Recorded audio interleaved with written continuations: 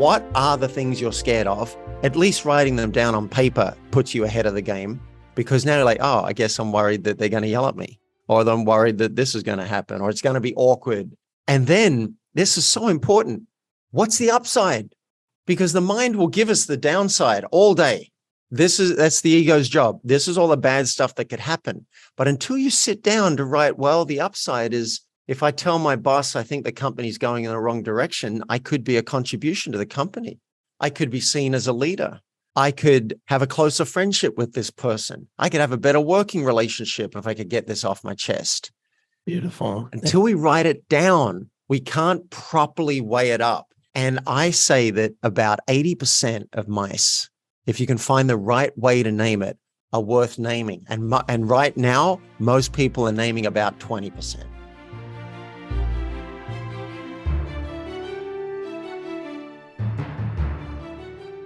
Welcome to the MINDTRX podcast with breakthrough ideas to live your best life possible and how to make it happen.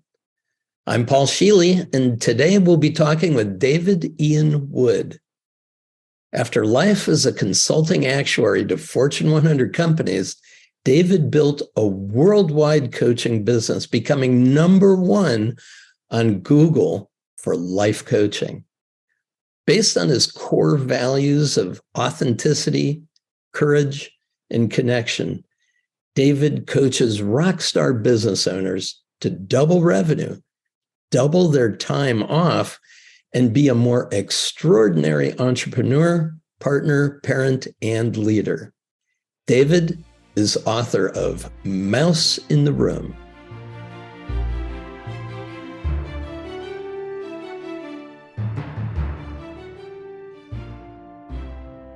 Hello, David. It is so good to have you on. I really appreciate you being here. Paul, it's good to see you. I haven't seen you since the last TLC retreat. Breakfast in Texas. And before that, I think it was like 12 years. So we're on a good trend now. Well, and to that point, when you showed up and gave me your book, I was very intrigued about it, because one of the things that stood out for me is the idea that in order to authentically connect with other people, even with ourselves, we need to be able to name that thing that seems to be keeping us separate. And to me, that was an interesting change from how I knew you prior to the book. So I'd be interested in knowing what brought you to this focus in life. Well, there's the initial impetus that led me to do this. And then looking back, I can now see the bigger picture of what did it. I was teaching a communication course, and one of the assistants came in one morning and said to everybody, "You've just got to name the thing. You've just got to name the thing." And we all stared at her like, say more, use your words. And she said, you got to name the thing, whatever's there in the room, whatever's there between you, you've just got to name it. You may not even have to fix it or do anything about it, but you need to name it so you can come into closer connection. And so I said, look, that's a book. Name that thing. That's a book. That's a powerful concept that people need to have in the world.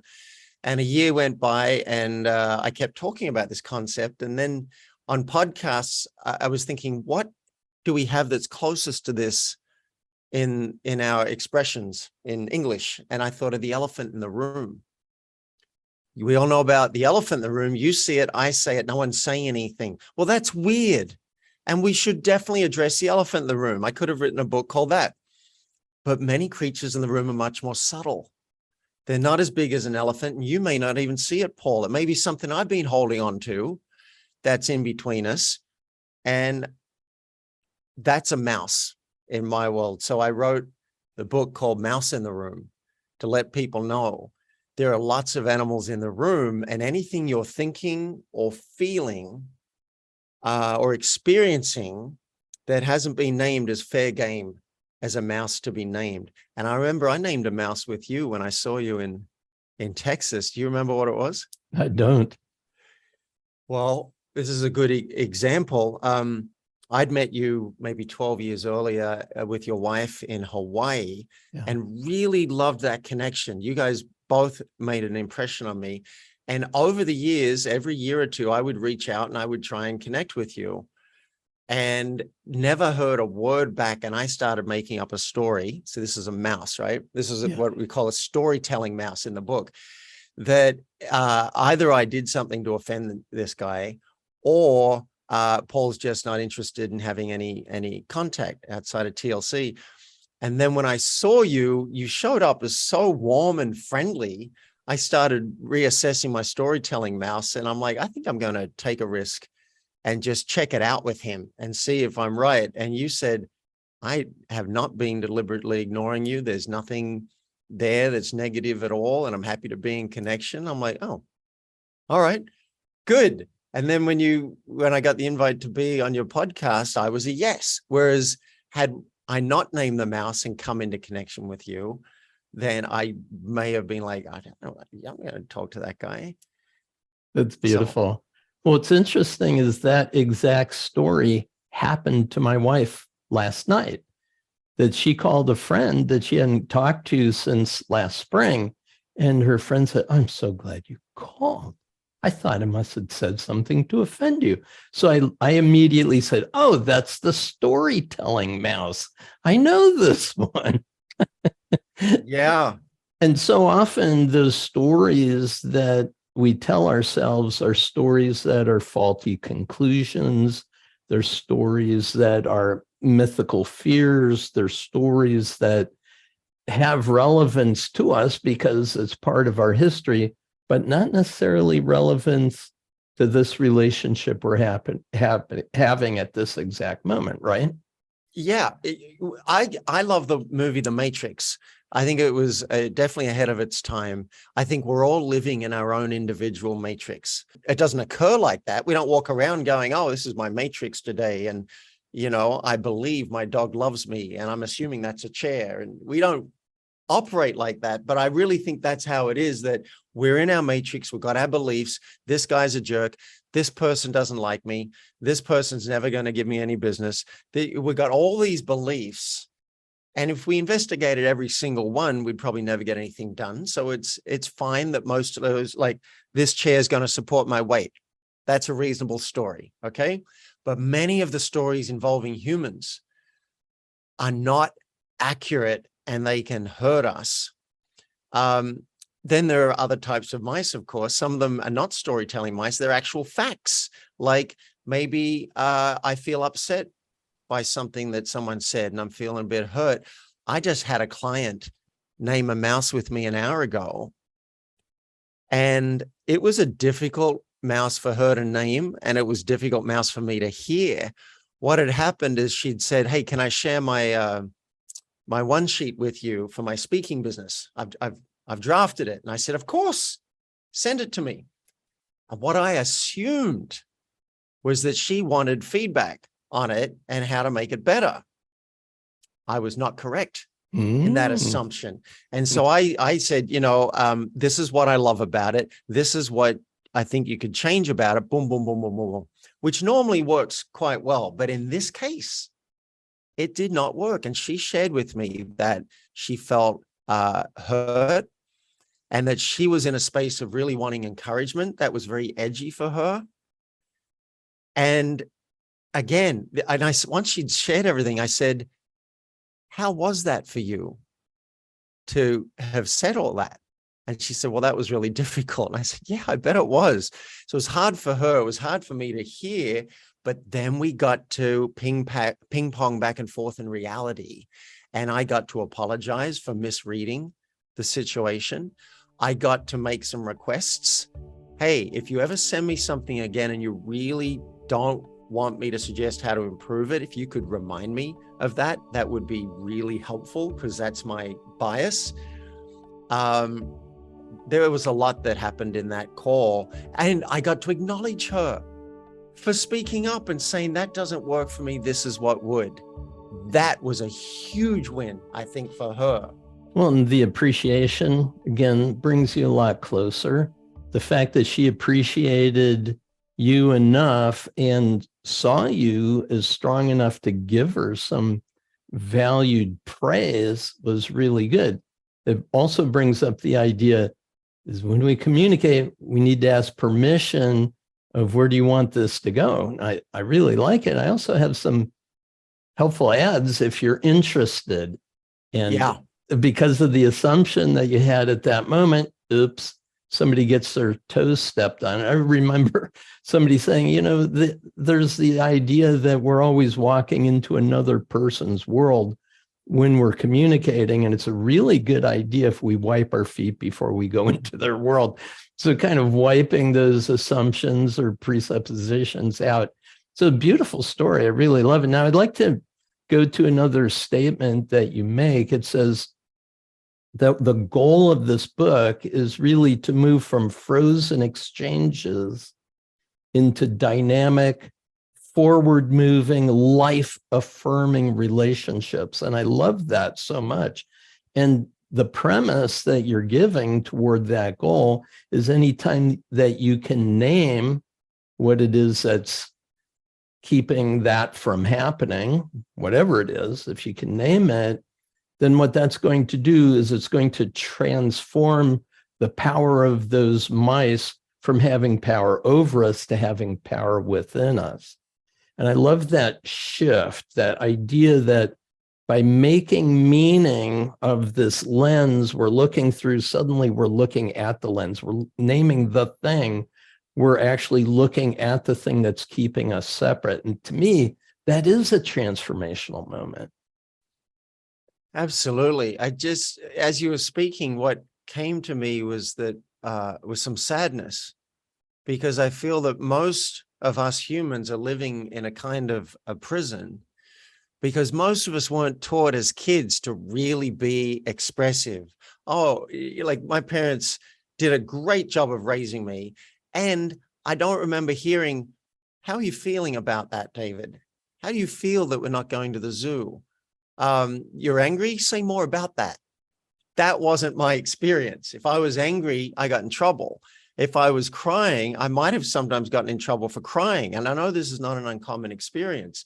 So we learned this behavior to not speak up, because if I say to someone, I felt hurt by what you said, they might start defending themselves, or they might start attacking me.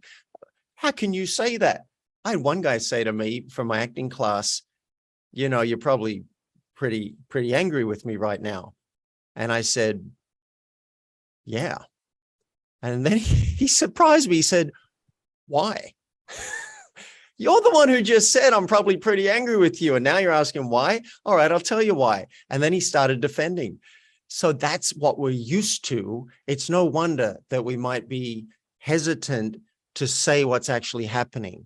And you do that day in, day out for a year, 5 years, 10 years, 20 years. What you get is the normal human experience where you say what you think is safe and the rest of it, let's not rock the boat.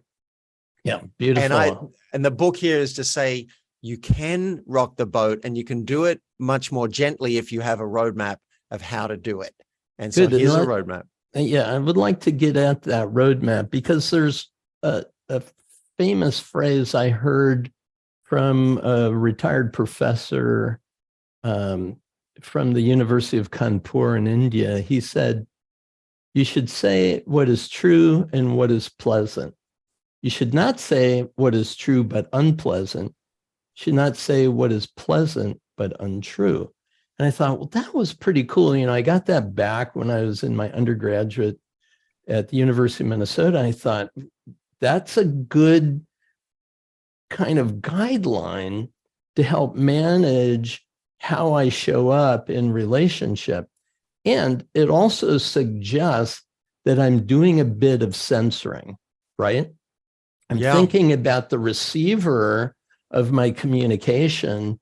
And so I'm allowing myself to consider. And what I really loved in your book is this idea of 3D. When we think about how we're going to share, that we can think of it in terms of 3D. Do you want to cover one of those and we'll kind of explore it a bit? Yeah, we could talk about the 3D, and I want to take a little issue with what this professor said. So I like a lot of what he said, but he also, it seems he said, do not share what is true but unpleasant. Yeah, and this is another point in your book that I really loved, that hiding nothing doesn't equal share everything, right? Great. So So let's cover both of those. Those are separate points. Okay, good. So sometimes it is going to be a contribution to the world to share what is true but unpleasant. Maybe someone's doing something that's going to get them fired, right? And so, hey, you've got BO, and we can smell you from a mile away, and let's talk about what we can do about it. I'm not saying you'd say it like that, but that's an example of something that might be unpleasant, and the person needs to hear it. There's whoever wrote Radical Honesty said, tell the truth, tell the hard truth, but then stick with them until they get over it. Oh, nice. And Good I distinction. loved that, because they Yes. might have, they're going to have their reaction. It might be hurtful. And one example. It's not about a smackdown, right? No. Giving feedback isn't a criticism. Doesn't have to be a criticism. No, you can do it with kindness and Yes. care, and with a sensitivity for how it might land. A friend of mine said something to me recently, which was so hard for her. She said, David, I don't want to hear any more about your problems with your apartment. And she said it really well. She said, I love you. I really care for you. I'm scared to say this, but if I hear it one more time, and it actually came as a contribution to me because I was sick of it in my own head. And she just asked me to, she was told me today, she's telling everyone about that experience because she was so surprised that she shared this difficult truth, and I still love her. And she's sharing with everyone. People are like, didn't that hurt his feelings? And she said, apparently in this case, it didn't. But even if it did, that would be okay. We would get through it, and we would be stronger. Yeah. Stay with them, right? Stick with them until they get through. That's beautiful. This one was easy for me to hear. I've had other things that it's taken me a few days or a week. I once said to a girlfriend, you are an amazing seductress. You're incredible. You just lift your little finger and you can get someone to do what they want. That's amazing. Now I could say that because I had no judgment. I was really like in awe. She didn't speak to me for 2 weeks. Ooh, so this is the idea of intention. And as leaders, we need to always be mindful of what our intention is. And sometimes our intention is not accurately read by the person that's receiving our communication. That's right. But I think because my energy was so clean, I wasn't judging her. I was okay with it, and I didn't try and fix it. I just let her have her 2 weeks, and she came back 2 weeks later and said, oh my God, I had not even seen it. You are right. I'm doing it unconsciously every day. I said, of course. I don't blame any woman for using what they've got. You know, I don't know what it's like to be a woman, and I've done a lot of training to try and get more sensitive, and like, yes, of course. So that was an example of something that did not go well initially, but it did later. Now, go ahead. You brought up another point, but yeah, to the point of what it is that you say or don't say, right? What is it that, how do you make the decision of what to share and how? And the idea of living in 3D when we're in communication. Good. All right. So the 3Ds, and this is a free download. I give this away for free on the website. All listeners, you're welcome to go and get it. Look at the top left of the website, and it's a free download. It's called the 3D worksheet. And you could print off 20 of them, and just anytime you've got something a little edgy, it'll take you through discovering your mice. That's the first D. It'll help you decide if this is a mouse worth naming. And it'll help you disarm the person if you decide to name it. Excellent. So I want to talk, if we could, about that second step, because there are several kind of sub pieces in there that I thought were useful. One is the idea of weighing, what's the best thing that could happen? What's the worst thing could happen? And what if the worst thing happened? Could I handle the cost of doing it anyway, or doing nothing about it? And that was a really nice way of thinking. And it allows you to determine the investment of energy that you're willing to expend in this situation, and also get clear on the edge of your own vulnerability. One of the things I've said for years is that in order to be in an intimate relationship with someone, you have to be willing to be vulnerable. And that's a good thing. It's not weakness. It's actually putting you in touch with your emotions, your affect. And really, that's the place where transformation occurs. Yeah, sharing your truth is a very vulnerable experience a lot of the time. You may lose things. You may lose the friendship. Ideally, you won't if you follow the 3D process. But like, if you say, I said to a friend once, hey, I love hanging out with you, and I find I can only hear so much complaint. You seem to have a lot of complaint these days. I want to listen to you. Can we limit it to, say, like, just put a timer on it and you can go to town and totally complain. And when the timer goes off, we look at something positive. Hey, wonderful. That was the last time I saw that friend. That was 20 years ago. And I got coaching on how to do that because it was edgy for me. I was just going to stop being friends with him. So when you get to the second D, which is about decide, it'll help you weigh it up. What could you lose? You might lose someone's friendship. You might lose your job if you confess to doing something wrong. You could go to prison, if we're going to go to extreme examples, which is where my mind often goes, like, what's the worst case scenario? Your partner might break up with you if you confess to being disloyal, or confess to wanting, say you say, I don't want kids, and your partner's definitely going to have kids. You may lose something. So the form was deliberately written so that you could weigh that up. What are the things you're scared of?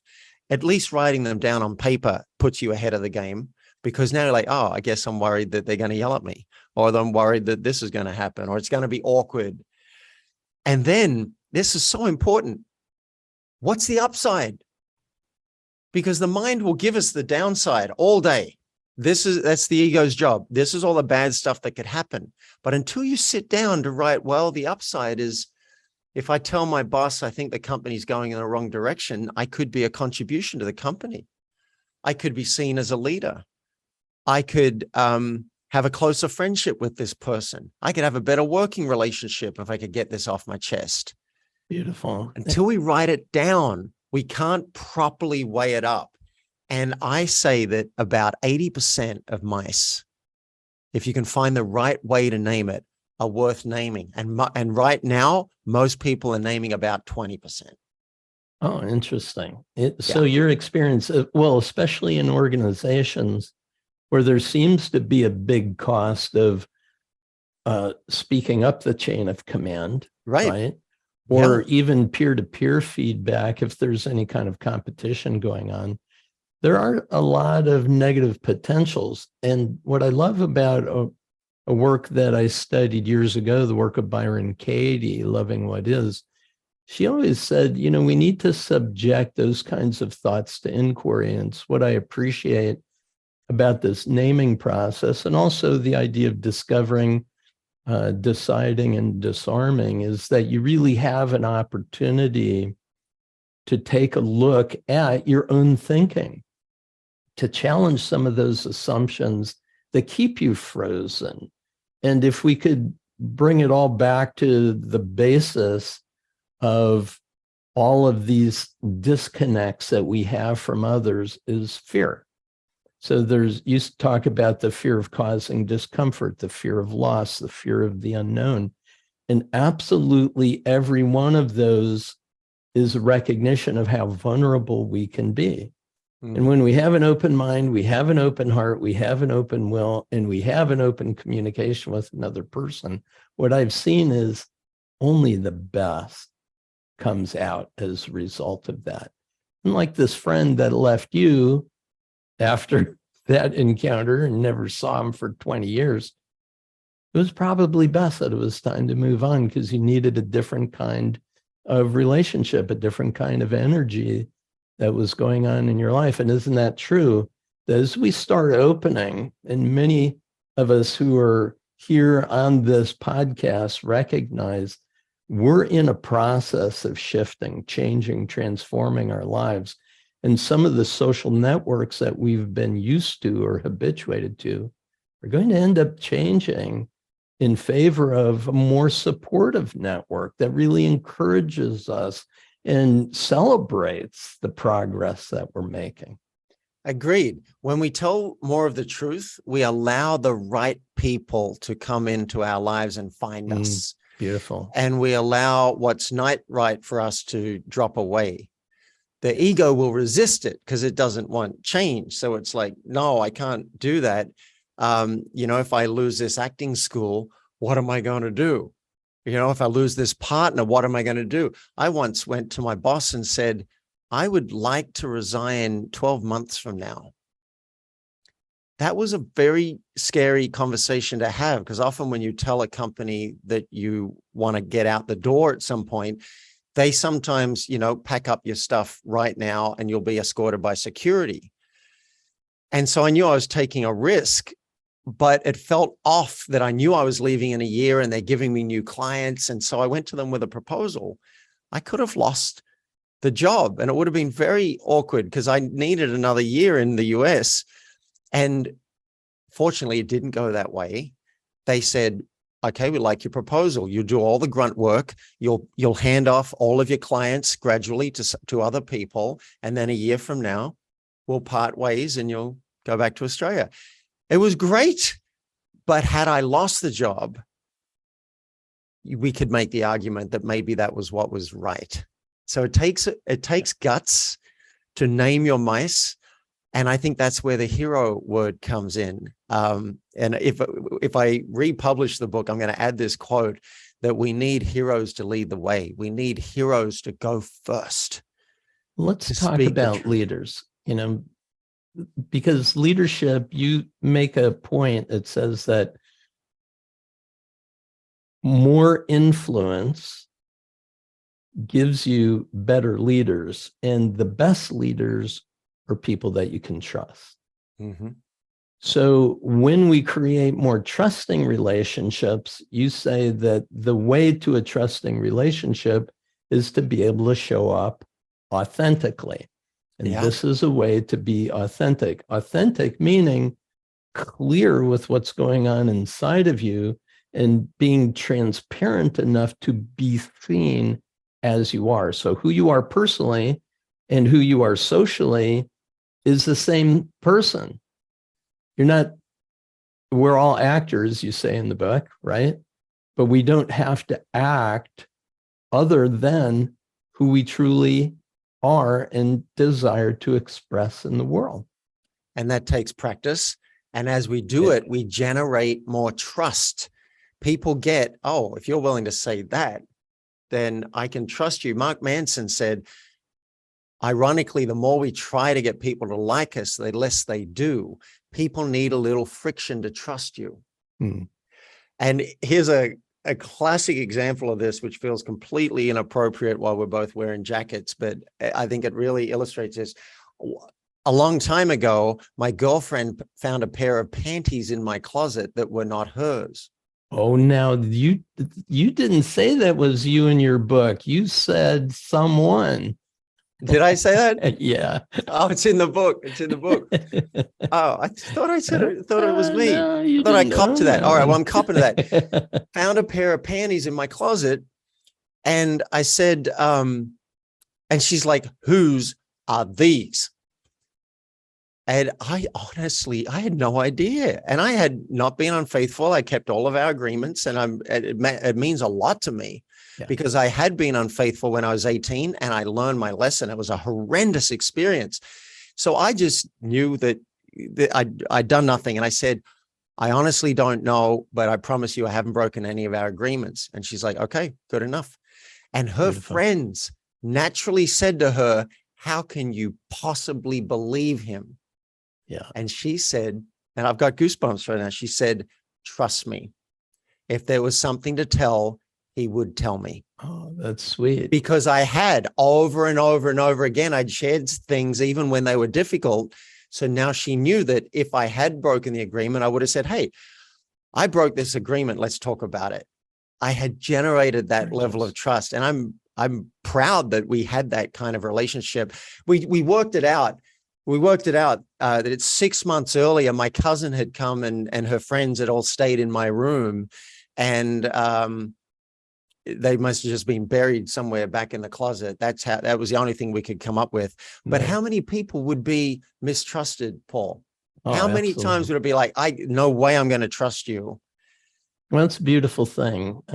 My wife and I enjoy a trusting relationship like that. The time we're speaking right now, we just celebrated our 45th wedding anniversary, and we knew each other 3.5 years before that.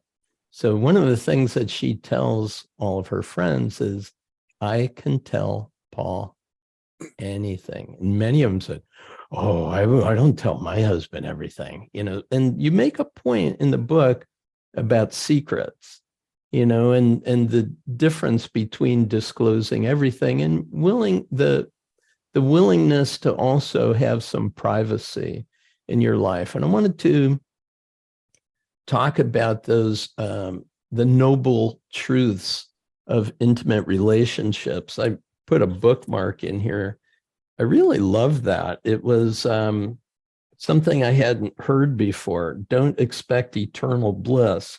Susan Pever describes this reality as 3 noble truths of love.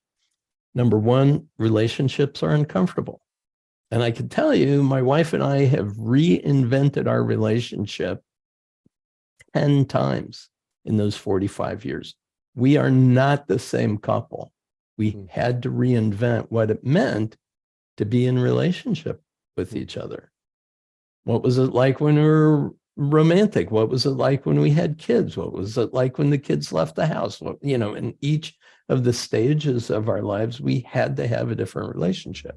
Number 2, expecting relationships to be comfortable is what makes them uncomfortable.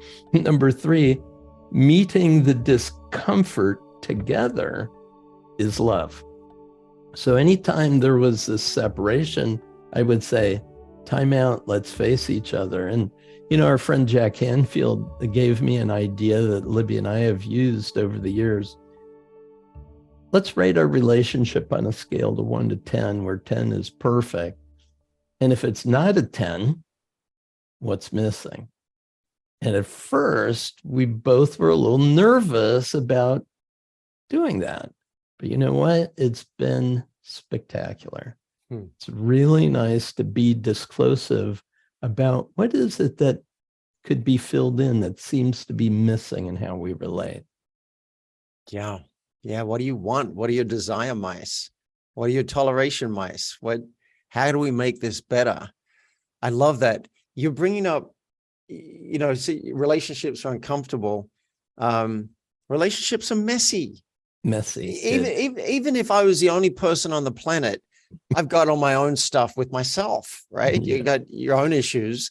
And then when you add one more person, say a good friend or a partner, now you've got that. When you start talking about groups, like an organization, yes. I was just on a movie last week. I flew to Atlanta. I don't think you know this yet. I just got in my first feature film and acted in it in Atlanta. Thank you.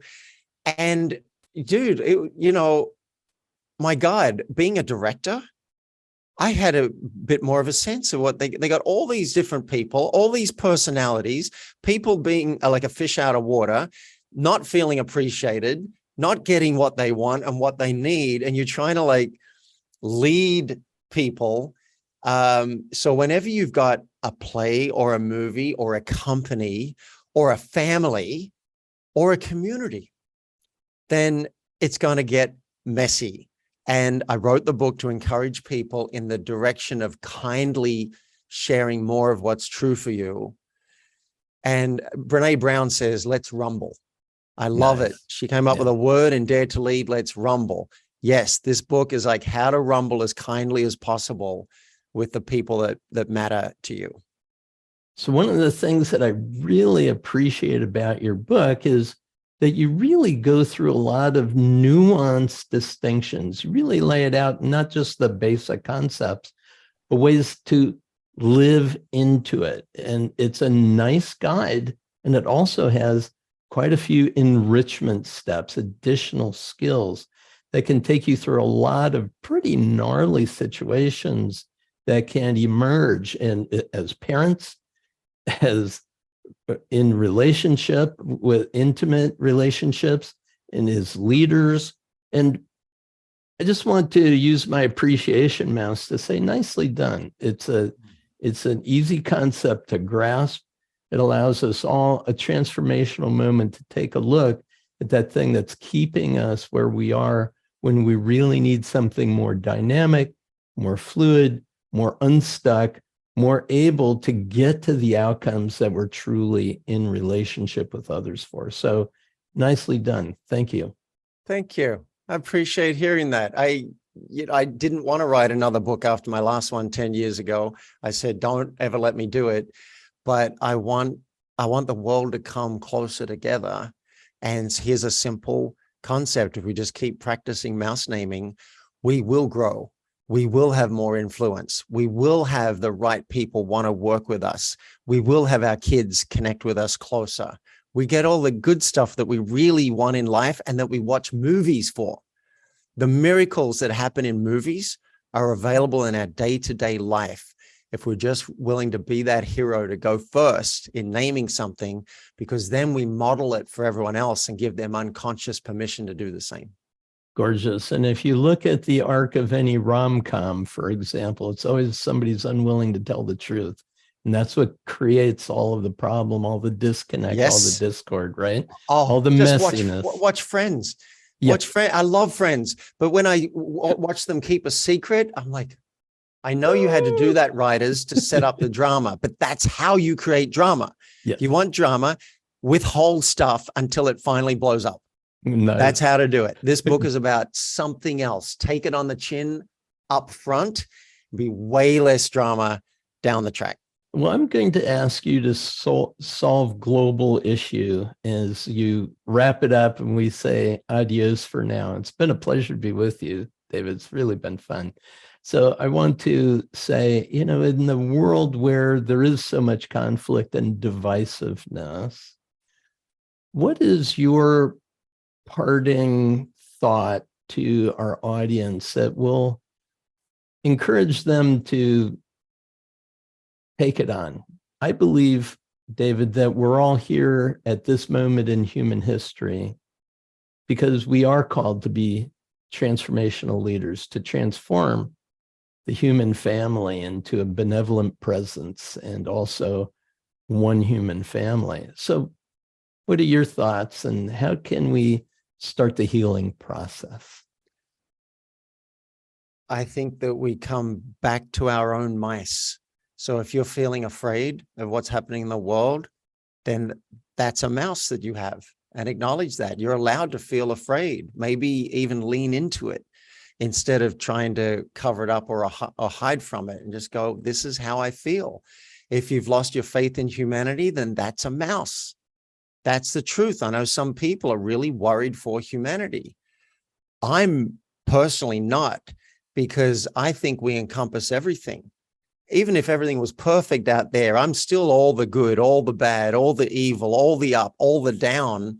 And I think we're here on the planet to have an experience of everything. So it doesn't really matter. If things got better, I'd still find problems. Things got worse, I'd still find problems. I'd still find joy. What are our mice? What are we truly feeling? Can we be honest about that? And then we see what's possible from that. Excellent. Let's all show up authentically. We're brilliant as we are, right? Thank you for sharing your brilliance, David. Yeah, if you're afraid, you're afraid. It's totally okay. You'll have a lot of company. I'm afraid, not about the world, but I get afraid about noise from upstairs, or, you know, I'm going to Vegas this week. Like, am I going to sleep well? I have the human experience, and I keep listening to my coaches and teachers and work in doing Byron Katie work and evolving. If I ever give the impression that I'm a guru with everything handled, please slap me about, because I'm a student of this work and I plan to be for life. That's a beautiful thing. I don't think you need the slap. How about a big hug? Thanks very much, David. Peace and blessings.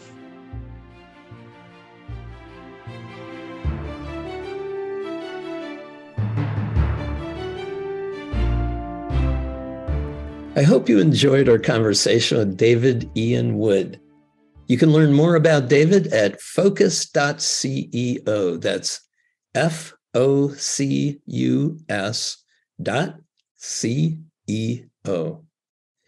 And now in the second part of the podcast, it's just you and me. I'll tell you how to use the Paraliminal sessions in the MINDTRX app to easily handle obstacles and move toward the success you want. If you're new to the relaxing Paraliminal audio sessions, they use breakthrough technologies to activate your whole mind in only 20 minutes to help you improve any area of your life. Let's get going.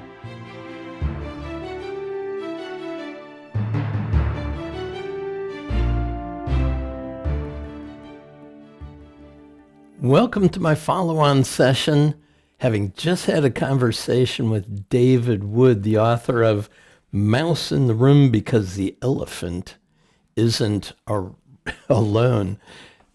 Lot of fun, a lot of cool ideas. And I would like to share with you a few add-on concepts that could help you integrate and actually activate the key ideas that he brought about. Let's start with some of the more difficult situations that we can find ourselves in with interpersonal relationships. I wrote down this idea of discomfort and vulnerability. You know, when we're in a relationship with another person, it could be uncomfortable for us wanting to speak out or even tell the truth about what we're seeing or feeling, because we've been taught throughout our history to stuff that into a bag and just don't bring it up. Just don't make anyone else feel bad. Just be careful. Just don't open your mouth. Don't rock the boat, as David was saying. And very often that keeps us frozen or stuck in our relationships. But this is a tough thing to break the habit, and that's a great paraliminal to use. If you find yourself in the habit of censoring or suppressing or withdrawing out of fear, then it's a really good idea to listen to Break the Habit and establish the habit of saying, you know what, I'm going to speak my truth. I'm going to show up authentically as I am. And if something's going on, I'm going to create a safe environment in order to be able to say what I'm recognizing, what I'm feeling. I'm going to name the mouse that seems to be getting in the way at this moment. Another one that's very helpful is anxiety-free, because if we know we've had a history of situations coming up where we have spoken our mind and it really didn't go well, it may be because you didn't have a lot of the skills that David is helping you learn in his book. So if you have anxiety around it, anxiety-free was going to be very helpful. Letting go is another one, a recording I did with Hale Dwoskin. Letting go says when those feelings of hesitation show up or when those feelings of foreboding are there, welcome them.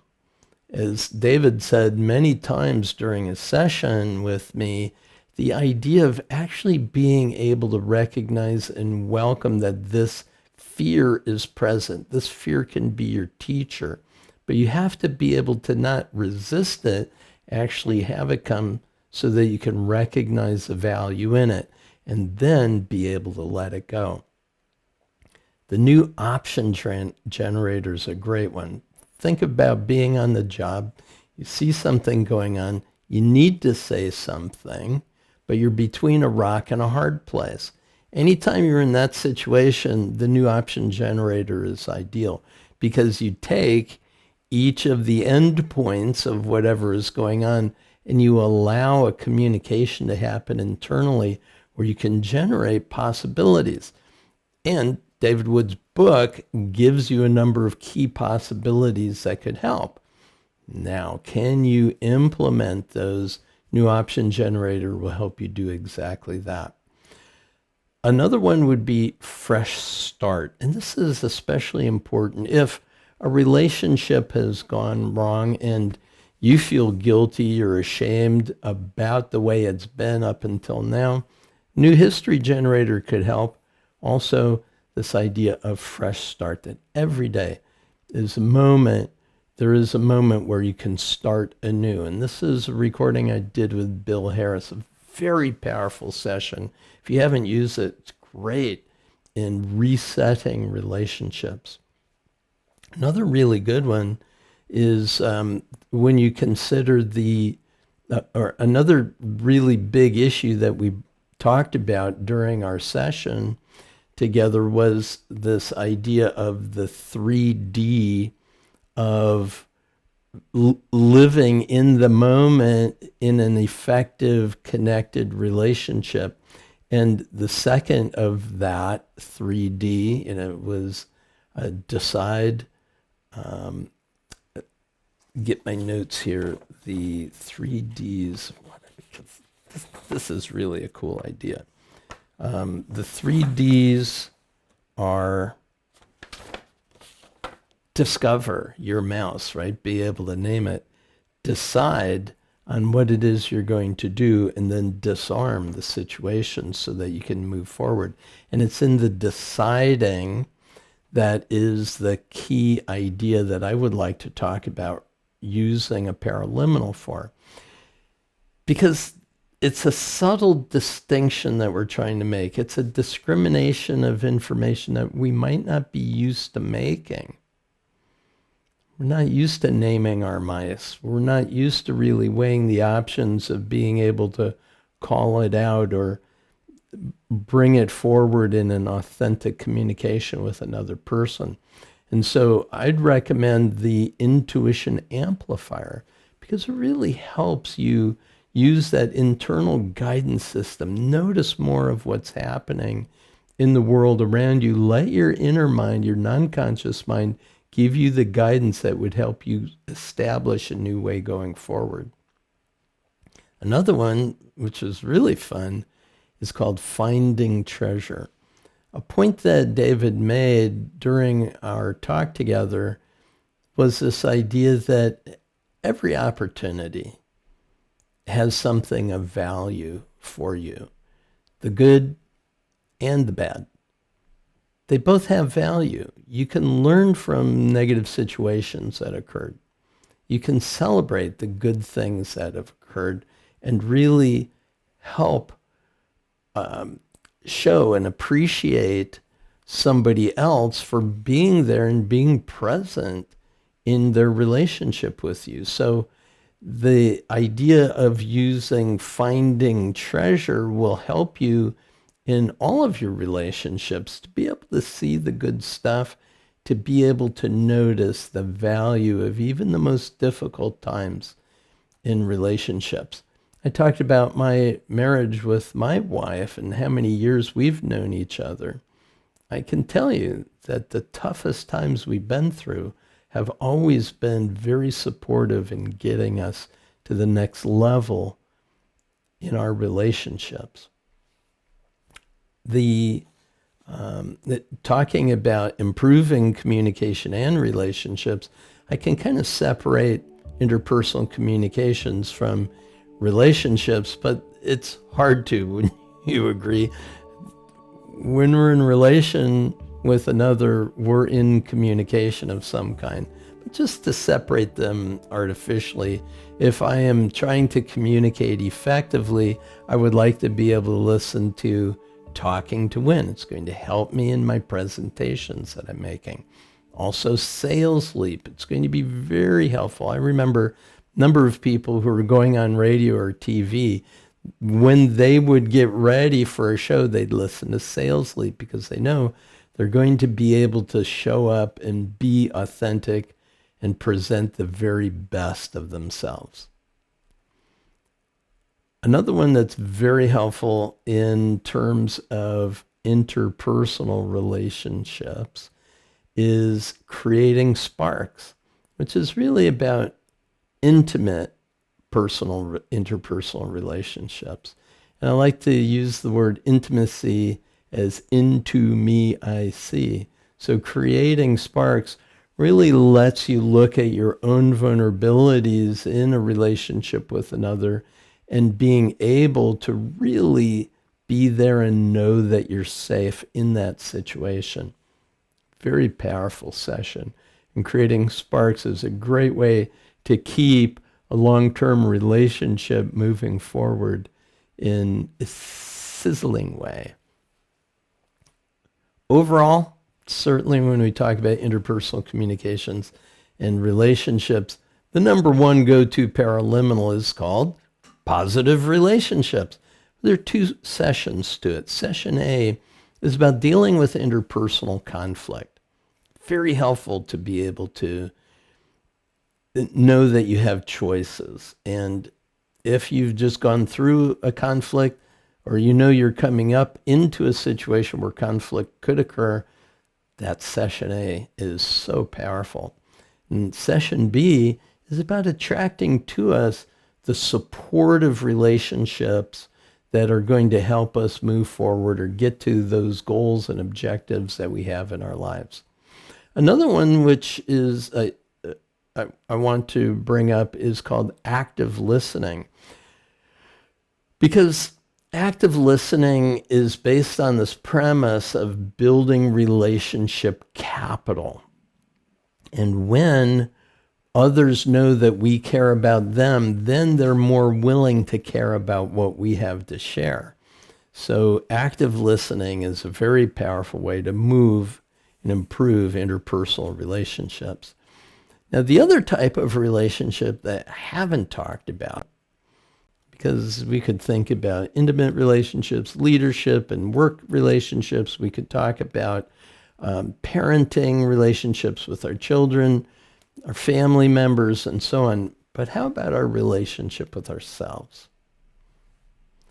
Probably the most important relationship you'll ever have. David referred to it when we were talking about this idea. If no one else was even on the planet, I'd still have to deal with the messiness of my relationship with myself. So I really love that. And there are several that could be really, really helpful. My all-time most favorite one in this category is called self-love, where you take that younger you and that older you, the elder, the inner elder and the inner child, and we bring them together so that you actually have a relationship with all 3 of those parts of you. Your now self, your past self, and your future self. Very cool. It's really amazing. Very helpful also is the self-esteem supercharger. It's not about self-image. It's about self-esteem. It's how you care and love unconditionally yourself, just exactly the way you are, always doing the best that your current awareness permits. And as you support, acknowledge, recognize, and allow yourself to be a learner, your self-esteem continues to improve. Very helpful.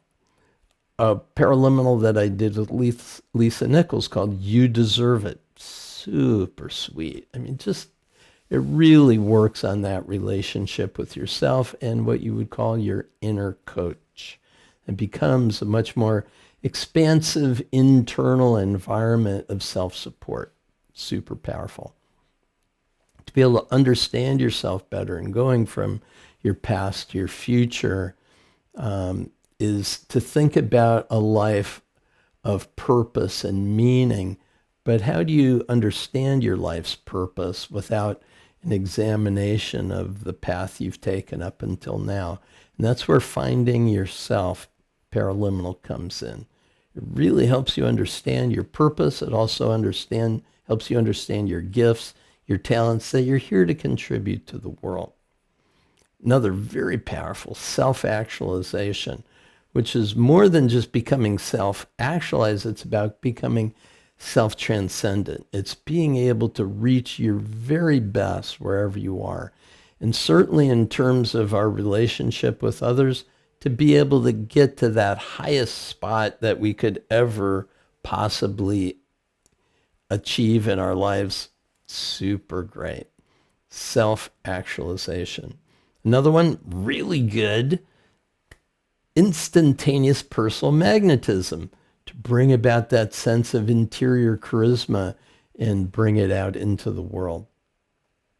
And two that I really love that are more about your internal emotional state. One is called Joy, and that's being able to be at peace with yourself in the world, wherever you are. And you've heard the statement that wherever you are, there you are. You're always with yourself. Why not be in joy?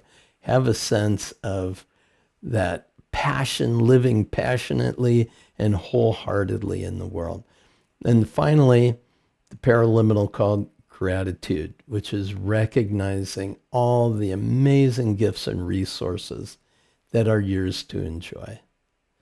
Well, that's it. Well, it's probably not all that I could recommend, but it's a pretty good start. I think you could see how to use the spectacular resources of paraliminals to help elevate and express the full potential of your life. So enjoy focusing on what can take you to the next level of your expression.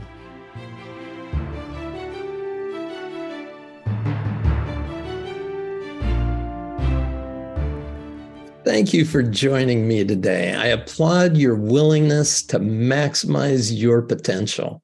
You can easily use the Paraliminal audio sessions in the MINDTRX app to stimulate your non-conscious mind, that is your inner mind, to reduce any resistance in your life and to propel you toward the success you want. Visit mindtrx.com to learn more. These amazing audio tools have helped millions, and I encourage you to bring them into your world today. Be sure to be back for more episodes of the MINDTRX podcast. You'll find insightful conversations with authors, experts, and thought leaders, all devoted to improving your life's experience. Thank you again for being here on our MINDTRX podcast.